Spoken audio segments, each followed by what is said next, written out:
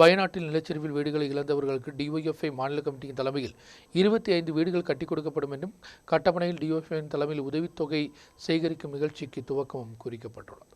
கேரளத்தையே துயரத்தில் ஆழ்த்திய வயநாடு துயரத்தில் வீடுகளை இழந்து தவிக்கக்கூடியவர்களுக்கு டிஒய்எஃப்ஐ மாநில கமிட்டியின் தலைமையில் 25 வீடுகள் கட்டிக் கொடுக்கப்படும். இதன் பாகமாக பல்வேறு கமிட்டிகளின் தலைமையில் உதவித்தொகைகள் சேகரிக்கப்படுவது, வீடுகளிலிருந்தும் வியாபார நிலையங்களிலிருந்தும் கிடைக்கக்கூடிய பழைய பொருட்களை விற்பனை நடத்திதான் இதற்கான பணம் டிஒய்எஃப்ஐ திட்டத்தில் உட்படுத்துவது. கட்டப்பனை பிளாக் கமிட்டியின் தலைமையில் ஆரம்பித்த உதவித்தொகை நிகழ்ச்சியை பழைய செய்தித்தாள்களை முன்வைத்து சிபிஐஎம் ஏரியா செயலாளர் ஆர் சஜி துவக்கி வைத்தார்.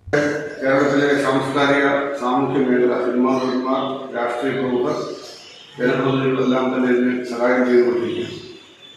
പ്രത്യേകിച്ച് ഇതിനിടയിൽ നമുക്ക് വീണ്ടും ഇടുക്കി പോലെ കസ്തൂരി രംഗം റിപ്പോർട്ടുമായി കേന്ദ്രം എത്തിക്കൊണ്ടിരിക്കുകയാണ്. ഈ ഘട്ടത്തിൽ ആശങ്കയിലായിരിക്കുന്ന ജനങ്ങളെ ആശങ്ക അകറ്റുന്നതിനും അവരുടെ ജീവനോപാധി സംരക്ഷിക്കുന്നതിനും വേണ്ടിയാണ് നിർദ്ദേശിക്കുന്നത്. ഇപ്പോൾ 25 വീടുകൾ വെച്ച് മാതൃകാപരമായ പ്രവർത്തനം നടത്തുന്നു. അതിനുവേണ്ടി ഡിവൈഎഫ്ഐയുടെ പ്രവർത്തകന്മാർ, നേതാക്കളും പ്രവർത്തകരുമാകെ എല്ലാ മേഖലയിലും ഭവനങ്ങൾ സന്ദർശിച്ച് അവിടെ നിന്നും ആവശ്യ സാധനങ്ങൾ സമാധാനിച്ചാണ് പണം കണ്ടെത്തുന്നത്. അതിൻ്റെ ഔപചാരികമായ ഉദ്ഘാടനമാണ്.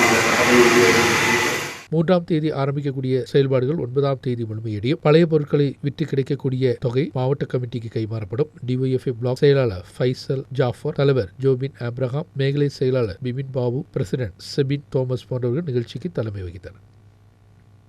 நியூஸ் பீரோ, கட்டப்பனை.